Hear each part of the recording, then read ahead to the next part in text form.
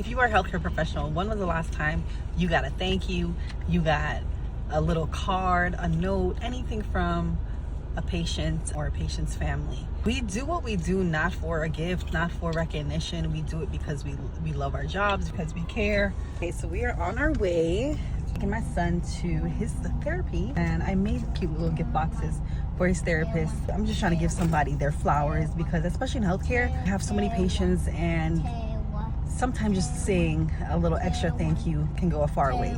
So this is my little thank you to them. If you watch our long format, you will see that I kind of had some boohoo crying the other day. This is definitely an extension of it. So I'm driving, so I will see you in a little bit. You probably recognize this case from our teacher gift basket that I posted recently. Again, it was purchased at Walmart. And then this time I did a unicorn theme because his speech therapist and his occupational therapist are like these one-of-a-kind magical beings. So this set I included some sweet treats, a Bath & Body Works hand sanitizer, and a Burt's Bees set, which included a lip balm, a hand salve, and a face mask.